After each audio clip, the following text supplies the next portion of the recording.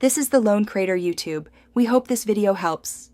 You begin by fitting the stainless bowl and attaching the desired tool. Choose the dough hook for heavy mixes or whisk for aeration. Once done, lock the motor head and set speed to 1 to engage gently, then ramp slowly. This prevents splatter and motor strain. Make sure to add ingredients in the right sequence: dry, fats, then liquids. This improves incorporation.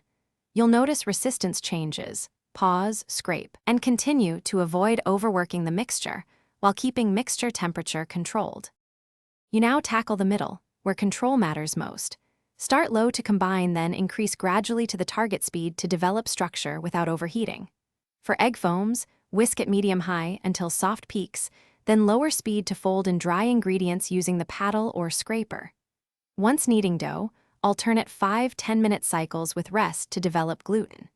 Make sure to use the fold or pulse actions for delicate mixtures. This keeps air and stability balanced and reduces risk of collapse.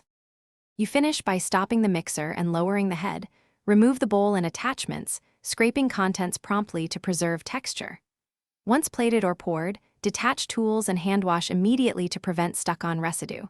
The splash guard and seal need special attention. If the motor struggles or stalls, switch off, reduce load, and allow the unit to cool for 10 to 15 minutes before restarting at low speed. That resolves most overloads. If persistent, check locking latches and manufacturer service guide. Thanks for watching. Consider subscribing if we helped you.